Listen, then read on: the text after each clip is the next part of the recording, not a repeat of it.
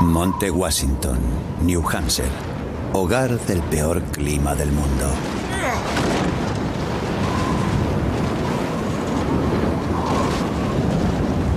Y donde no se puede desayunar.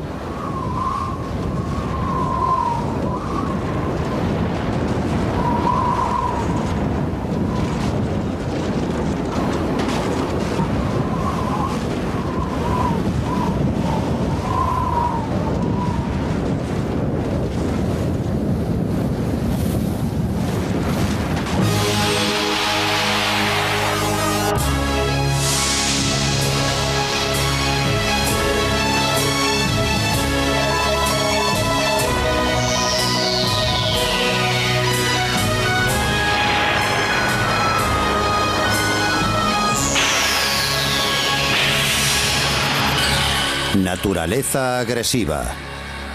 Clima implacable. Cielos que explotan. Vientos que superan los 500 kilómetros por hora.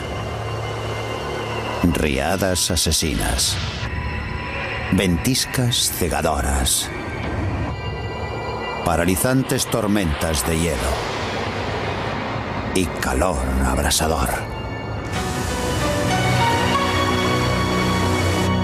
Prepárese para la excursión más incómoda de su vida. ¡Oh! ¡Esto es Monte Washington! Es un viaje por nuestro planeta tempestuoso.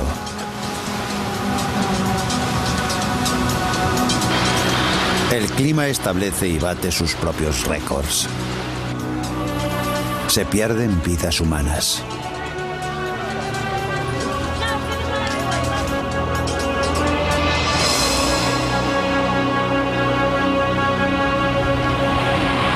Y hay quien se atreve a desafiar a los elementos.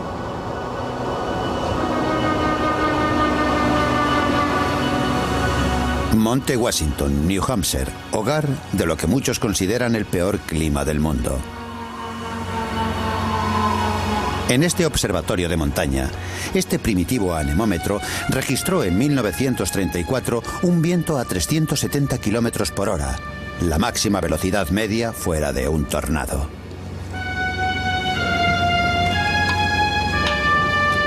Los vientos y la meteorología de la cima siguen siendo hoy extremos.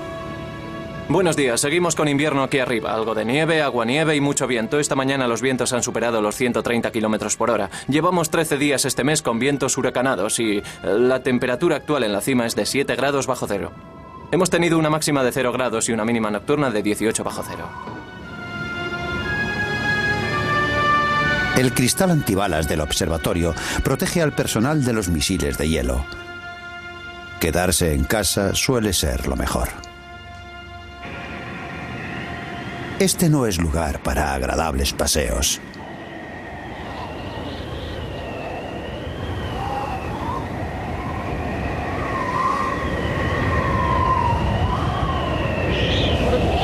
¡No puedo más! ¡Oh! ¡Esto es Monte Washington! ¡Oh! ¡Oh! ¡Oh!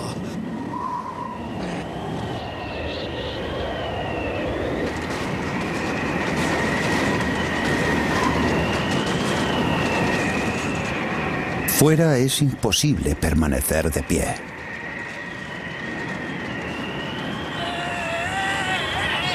Tomar el desayuno es inconcebible.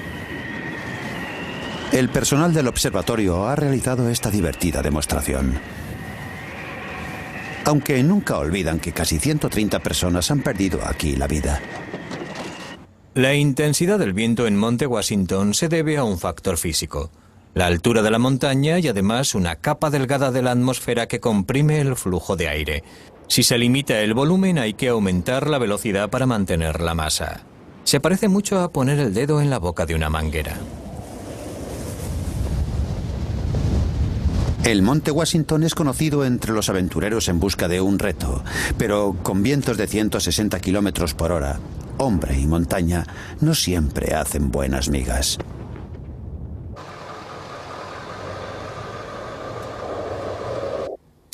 Quentin Loradan, que trabaja en una tienda de equipos de montaña y es uno de los montañeros más experimentados, también ha sido víctima de los fuertes vientos del norte. Solo puedes mirar en un sentido. Solo puedes respirar en un sentido, porque el viento te arranca el oxígeno de los pulmones. El cuerpo no nos pertenece. Somos como marionetas. Es una situación aterradora. Intenté dar un paso y, en ese momento de desequilibrio, el viento me tiró al suelo. Me acerqué al borde del precipicio y, en un segundo, el viento me levantó el cuerpo arrastrándolo por el hielo. No me podía parar y me fui precipicio abajo. Bajé rebotando unos 360 metros. Aunque quedó inconsciente durante la caída, se libró milagrosamente de lesiones graves. Sabía que los malos vientos no eran cosa de risa, pero no sabía que podían hacerme perder el control tan rápido. Quien también conoció la peor cara del Monte Washington fue el Dr. Bernie Dahl. En 1999, este patólogo jubilado quiso enfrentarse a él una vez más, antes de colgar sus botas de monte. Salí con la idea de pasar nada más que un día en la cordillera del Monte Washington. Era el típico día de otoño. Llovía, pero no era en absoluto un día invernal. Me había equipado contra la lluvia, pero no se me ocurrió protegerme contra hielo y nieve.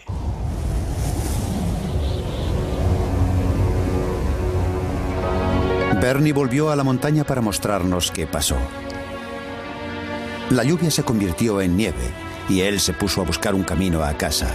Pero unos fríos vientos de 140 kilómetros por hora aparecieron antes de que lo encontrara. La hipotermia le iba nublando el juicio. Como tenía el viento en la cara y cada vez nevaba más, no tuve más remedio que pararme a esperar que el tiempo mejorara.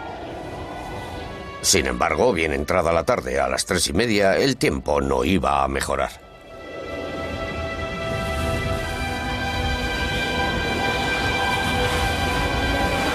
Bernie, ya debilitado, supo que tenía problemas.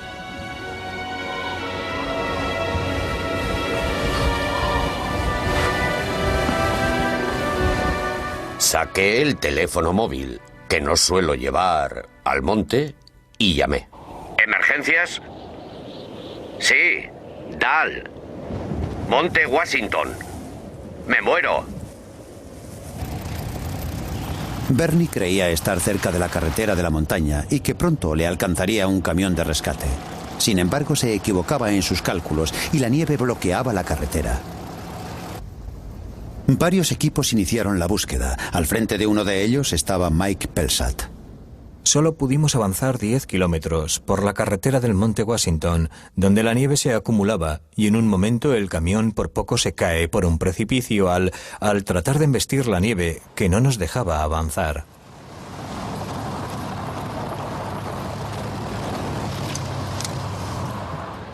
Desde allí y con los vehículos atrapados en la nieve seguimos a pie. Habían pasado 3 horas desde la llamada de Bernie. Este se deterioraba con rapidez. Su última defensa contra el frío, un saco de dormir, acabó en poder del viento.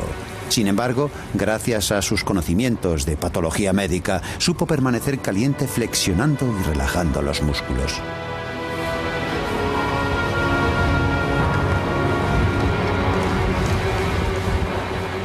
Entonces tuve mucho tiempo para pensar en mi vida y en el error de haber ido allí solo, sin compañero de escalada y sin haber preparado un plan con alguien que me esperara por si acaso al pie de la montaña. Solo podía esperar a que me rescataran. Y cuanto más esperaba, más me parecía que no vendría nadie.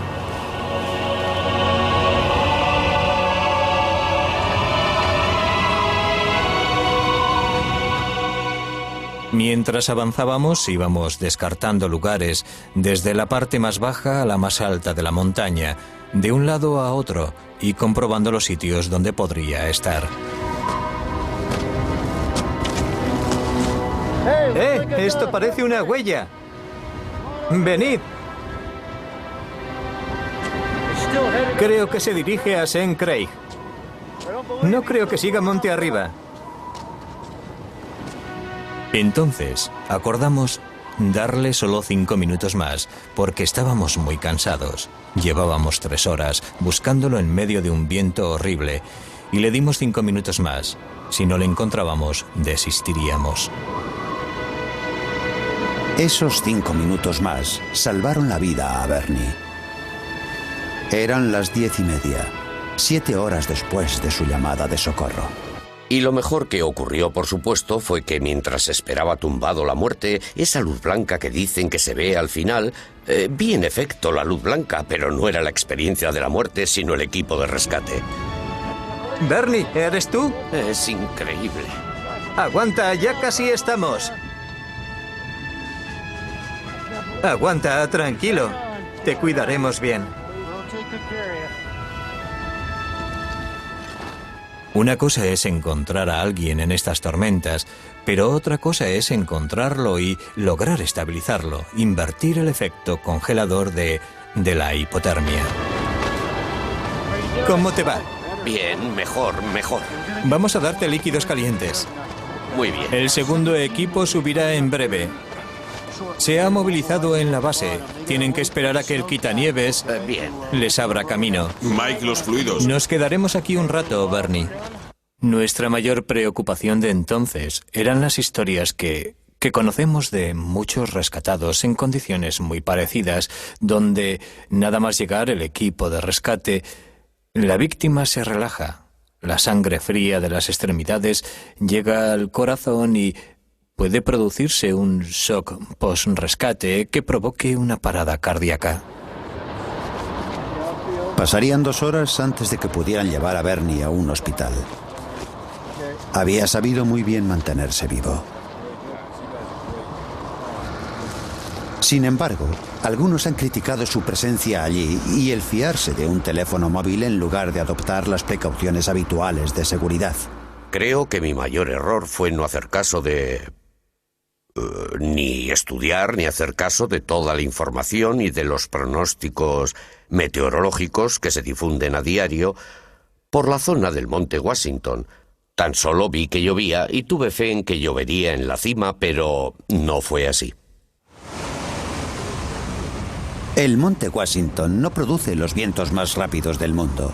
Estos se dan en tornados mucho más pequeños, en sistemas tormentosos más concentrados con un poder de destrucción asombroso.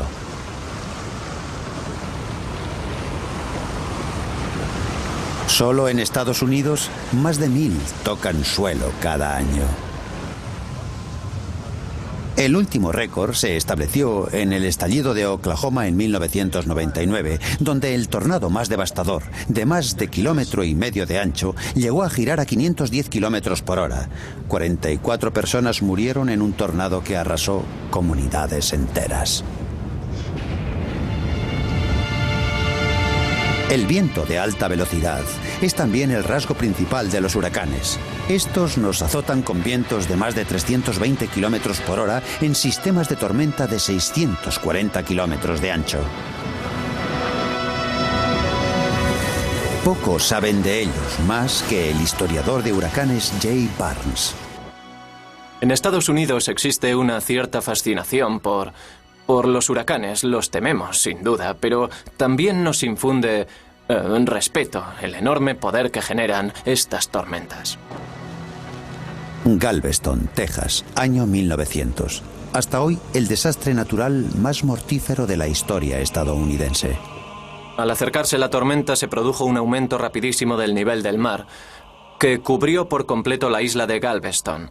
Lo que siguió fue una catástrofe de destrucción y muerte. Se calcula que perdieron la vida de 8 a 10.000 personas, víctimas de un solo huracán. Manzanas enteras de casas fueron aplastadas y barridas por el viento. Algunos testigos dicen que la crecida del mar llegó a ser de 1,20 m en 4 segundos.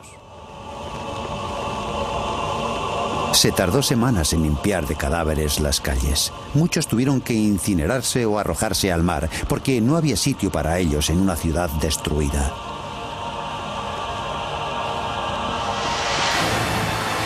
Año 1992. Florida, la capital estadounidense de los huracanes. Otro récord meteorológico. El huracán Andrew sigue siendo el más costoso. Es más, ha sido el desastre natural más costoso de la historia estadounidense. Calculado entre 28.000 y 34.000 millones de euros. El apogeo del Andrew se produjo en las viviendas del condado South Dade, al sur de Florida. La tormenta afectó a miles, a muchos miles de personas. El Andrew propició mejoras radicales en los planes de emergencia antihuracanes, lo cual dio su fruto en Carolina del Norte 7 años después. El huracán Floyd mató a 51 personas con ríos desbordados y riadas arrasando todo el territorio. Gracias a organismos como el guardacostas estadounidense, la respuesta a la emergencia fue espectacular. El huracán Floyd fue una sorpresa para mí, al igual que para muchos. El desastre fue grande en Carolina del Norte y en el sur de Virginia, con poblaciones borradas del mapa, convertidas ahora en pueblos fantasma. Shaun y su tripulación, más acostumbrados al rescate marítimo, pasaron 3 días buscando y salvando personas atrapadas en la riada. Cuando atravesamos un cruce, vimos que había 3 o 4 vehículos distintos. Cuando llegamos allí, el nivel del agua tapaba las ruedas del camión. Unos 20 minutos después, casi había tapado la puerta. El agua subía con mucha rapidez. No había tiempo que perder. Shaun bajó de inmediato a rescatar a 2 camioneros.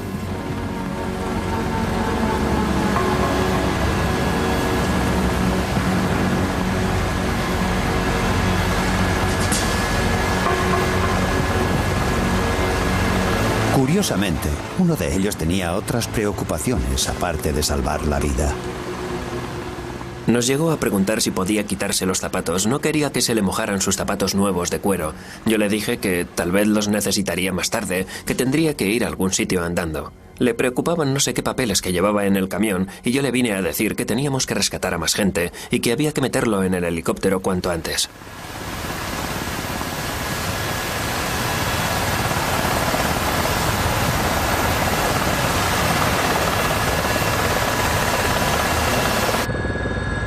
Y llegaron a ser 2.000 las personas puestas a salvo por los servicios de rescate. En muchas casas había gente moviendo linternas. Dejamos caer el cesto y subió una persona. Al llegar arriba nos dijo que había 18 más en la casa. Era la única casa de la manzana que aún no estaba bajo el agua.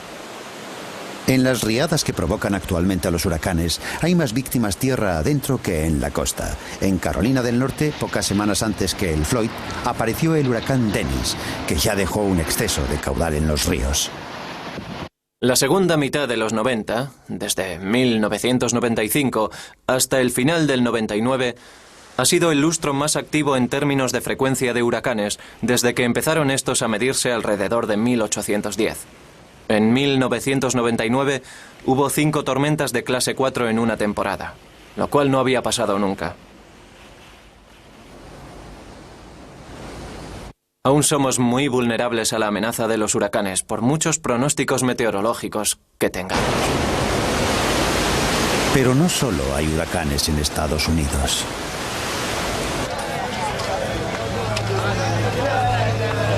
Mozambique, abril del 2000.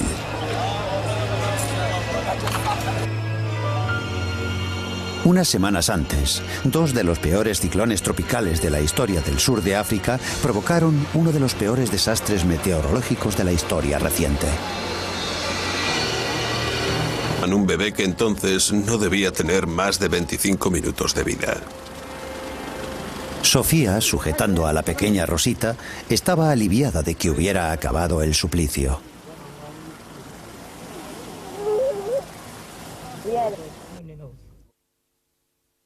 Habíamos perdido la esperanza. El agua seguía subiendo. Estuve 3 días subida al árbol con los niños, sin comida ni agua.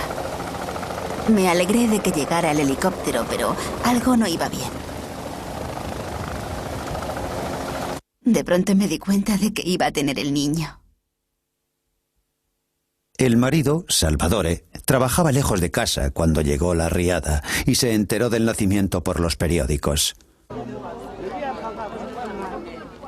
Para los demás supervivientes, tocar tierra seca era solo el principio de meses de incertidumbre. Las riadas de este año han sido el peor desastre natural de la historia de Mozambique. Miles de hectáreas, de granjas y casas han quedado literalmente arrasadas, dejando a 650.000 personas refugiadas en campos, más de 100 por todo el país. Estas personas lo han perdido todo, menos lo puesto. 2 meses después del inicio de las riadas, los helicópteros volvían a la base llevando a bordo héroes llenos de recuerdos, pero también de respeto.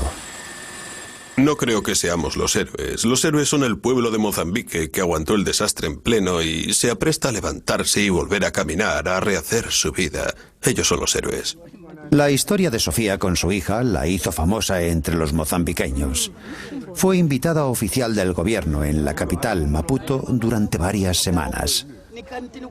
Sin embargo, al igual que otros miles, carecía de hogar o pertenencias y se enfrentaba con su joven familia a un futuro incierto. La Antártida. En esta base de investigación de Vostok, de la antigua Unión Soviética, se registró en 1960 la temperatura más baja de la Tierra, 89 grados bajo cero. ¿Por qué hace tanto frío en Vostok? En primer lugar, durante buena parte del año no hay luz del sol, o hay muy poca en esa región. Y luego pasamos al otro extremo, cuando hay luz del sol durante periodos considerables. Pero la superficie es muy brillante, muy blanca, es nieve cubierta de hielo, y gran parte de la radiación solar que cae sobre esa superficie se vuelve a reflejar al espacio sin llegar a calentarla. Paradójicamente, la Antártida es también uno de los lugares más húmedos y secos del mundo. Su hielo, que en invierno cubre el 10% de la superficie de la Tierra, contiene el 70% del agua dulce del mundo. Se ha formado tras cientos de miles de años y en algunos lugares su profundidad es de 30.500 metros.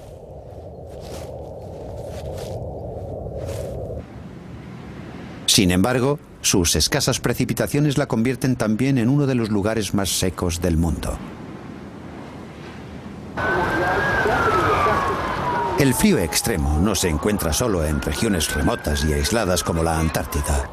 La nieve y el hielo puede esgrimir su poder congelador en nuestros pueblos y ciudades, siendo capaces de congelar la vida moderna.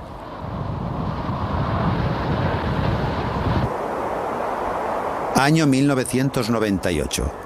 Una de las peores tormentas de hielo de la historia de Canadá. En grandes porciones del país desaparecieron durante semanas todas las comodidades cotidianas. La tormenta de hielo se produce cuando la nieve cae desde los niveles altos de la atmósfera. En un punto de la caída forma las nubes y cuando llega a la superficie encuentra una capa de aire caliente, capaz de fundir esta nieve y convertirla en lluvia. Y al caer sobre una superficie con temperaturas bajo cero, se congela instantáneamente y se forma al momento una pista de patinaje.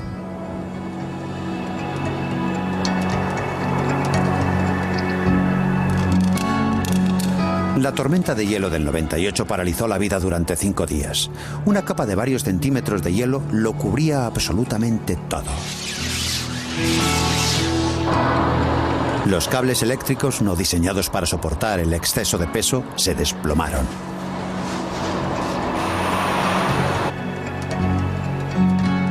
Un millón de personas se quedaron sin luz, en algunos casos durante varias semanas, y más de 100.000 personas tuvieron que ir a un refugio porque el tiempo se volvió todavía más frío.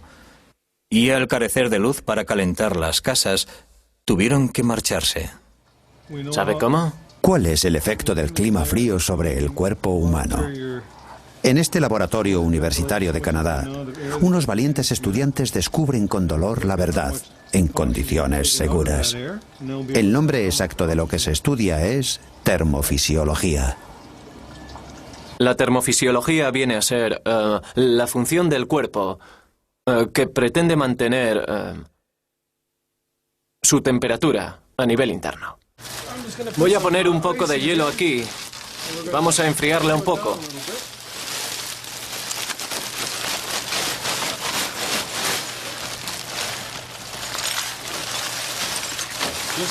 Con esto bastará. La primera reacción es la constricción de los capilares periféricos para alejar de la piel la sangre caliente y mantener aquella en nuestro interior. Si el cuerpo se ve obligado a estar mucho tiempo así, la piel puede terminar congelándose. La voluntaria Sona empieza a sentirse muy incómoda. No tardé mucho en perder sensibilidad, en quedarme rígida. Bueno, perdí sensibilidad en las manos y los pies empezaron a dolerme mucho. A medida que Sona siente más frío, otra gran reacción se hace evidente. Los temblores se producen por actividad muscular oscilante, en la que no se realiza un trabajo activo, aunque el producto de ese trabajo es el calor. Sabemos que cuando hacemos ejercicio, sudamos y nos calentamos. Y es porque el calor es un producto del ejercicio muscular. Cuando tiritamos, eso es exactamente lo que pasa. Tiritamos solamente para producir calor. En reposo producimos 100 vatios de calor. Cuando tiritamos, más de 500. Cuando yo lo contaba, la mayoría de las personas no se creían que yo estuviera en un experimento así. Pensaban que tal vez habría perdido el juicio. Ahora comprendo mejor a las personas que han sufrido un frío extremo. Me refiero a los alpinistas y gente por el estilo. Gente como el doctor Bernie Dahl, atrapado en las peores condiciones meteorológicas del mundo en lo alto del monte Washington, en New Hampshire. Cuando el cuerpo queda expuesto al frío extremo por un periodo prolongado, sus reacciones, a medida que disminuye la temperatura interna, pueden ser mucho más radicales y, en último término, fatales. Según descendemos, entramos en una hipotermia suave. En ese punto, todavía tiritamos con fuerza. El sistema de regulación térmica trabaja al máximo. En caso de hipotermia grave, perdemos la consciencia. Ya no tiritamos, probablemente estaremos rígidos y no produciremos demasiado calor. El corazón es susceptible de fibrilación ventricular o parada cardíaca. John, ¿me sujetas esto? La hipotermia de Bernie era moderada. Había dejado de tiritar. Estaba confuso y consciente. Pero el equipo de rescate tuvo que ir con cuidado. Cualquier sobreestimulación o exceso de movimiento podría haberle enviado sangre fría al corazón y haberlo matado. Si nos sobra ropa para ponerle encima y debajo de él, eso es lo que haremos. A veces el frío extremo tiene efectos milagrosos. Estos son Anthony Bertino y su perro Floyd. En Nueva Jersey, en enero de 1996, sufrieron un infierno aterrador cuando Anthony quedó atrapado en el agua bajo el hielo durante 20 minutos. Como siempre, fui a dar un paseo con mi perro junto al lago, que está cerrado durante el invierno. Y cuando llegué había un par de niñas atrapadas en el lago y traté de ayudarlas. Habían caído entre el hielo. Entré en el lago, no estoy seguro de cuánto tardé en llegar o cómo ocurrió exactamente. Los bomberos rescataron a las niñas, pero entonces Anthony, rodeado por el hielo, se vio incapaz de salir del agua helada y empezó a ahogarse. No sé si tenía miedo o qué sentía, pero no pensaba que fuera a salir. Sabía que era cada vez más difícil permanecer arriba. El perro de Anthony fue crucial en el rescate. Por lo que me dijeron los del rescate, su ayuda fue muy importante para poder localizarme cuando estuve bajo el hielo. Sí, su papel fue importante. Estuvo junto a mí en todo momento.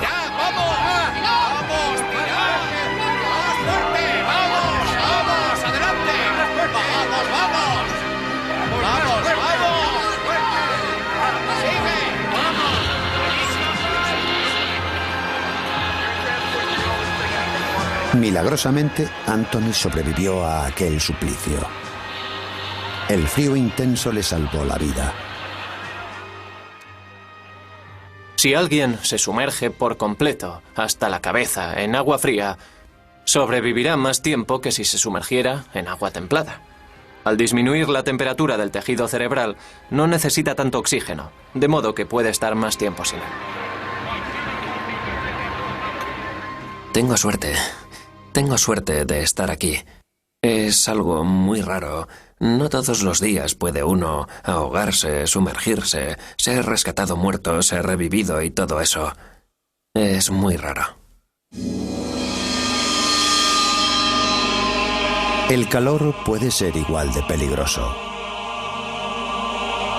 Este es el desierto del Sáhara. 4.300 horas de sol al año. Casi 12 horas diarias.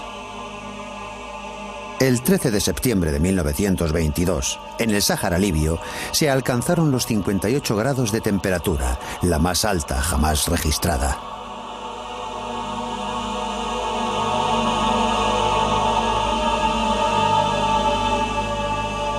Sin embargo, las altas temperaturas más estables se encuentran en el Valle de la Muerte, en California, donde en 1913 se alcanzaron los 56 grados y medio. Hoy, las temperaturas máximas rondan los 54. La forma y profundidad del Valle de la Muerte contribuyen al extremo calor del verano. El valle, que es largo y estrecho, alcanza profundidades de 85 metros bajo el nivel del mar y las paredes del valle son montañas muy escarpadas y rocosas de 3.300 metros de altura. El fuerte calor genera corrientes ascendentes que calientan todo el valle. Cuando el aire caliente queda atrapado en el valle, la temperatura nocturna puede ascender a los 38 grados. Es un duro entorno para la vida humana.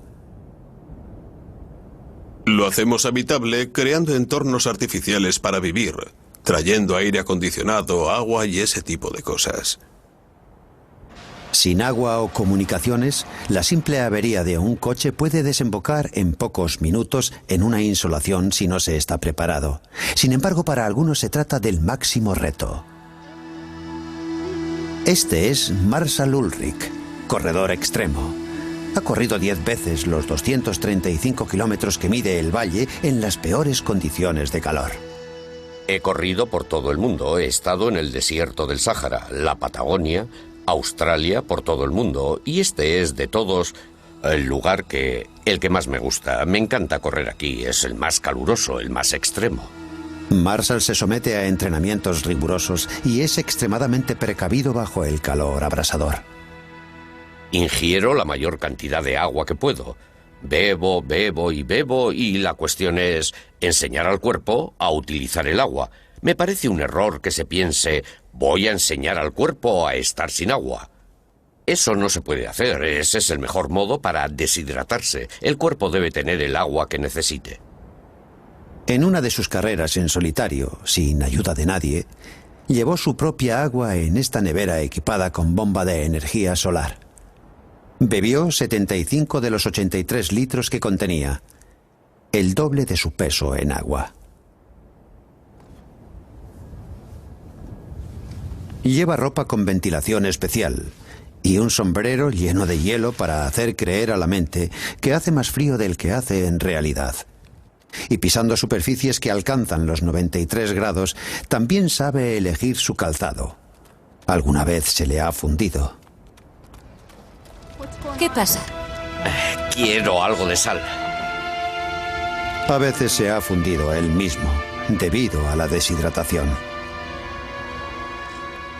Hacía más de 49 grados y yo quería correr toda la distancia en 24 horas. Y me empecé a marear mucho. Sentía que se me revolvía la piel. Casi era como si me estuviese muriendo. Tiene mucho calor.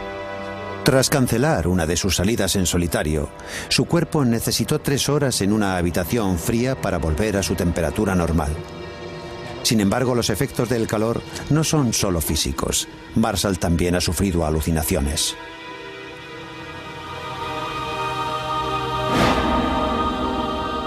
Miré al frente y de pronto apareció una mujer en bikini que iba sobre patines. Al principio me asustaban, pero ahora que ya llevo tiempo suficiente en este deporte, digamos que utilizo esas imágenes para distraerme un poco. En las condiciones artificiales, pero igualmente duras, del laboratorio, Sona se prepara para otro calvario, una prueba de sus reacciones al calor extremo. Su cuerpo es mucho más sensible a un incremento de temperatura que a un descenso. Sona se sienta en un cuarto que se calienta a 45 grados. Los vasos sanguíneos se dilatan y el ritmo cardíaco se incrementa bombeando sangre para enfriar la superficie de su cuerpo. ¿Sientes calor ahora? Estás a punto de sudar, ¿verdad que sí? La otra reacción que provocamos es el sudor. Al sudar ponemos una capa de líquido sobre la piel y el calor se pierde efectivamente si ese sudor se evapora. La evaporación es una reacción química en la que, si un líquido pasa a fase gaseosa, se lleva calor con él. Marshall Ulrich se asegura siempre de beber agua en abundancia cuando corre por el Valle de la Muerte para reemplazar la que pierde sudando. En 1994 se convirtió en la única persona del mundo que había corrido la ruta de sur a norte, cuesta arriba, a través del valle. Pero el récord está a salvo. Nadie lo ha batido, ni lo ha intentado siquiera.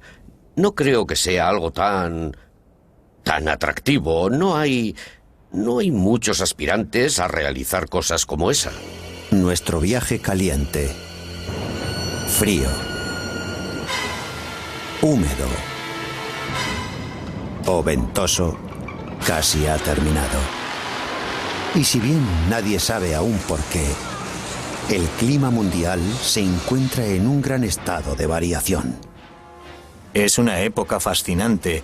Ahora se recaba más información que nunca de los satélites y estaciones de tierra, de barcos y boyas en el mar.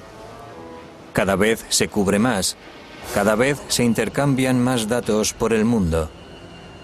Es una época maravillosa para ser climatólogo.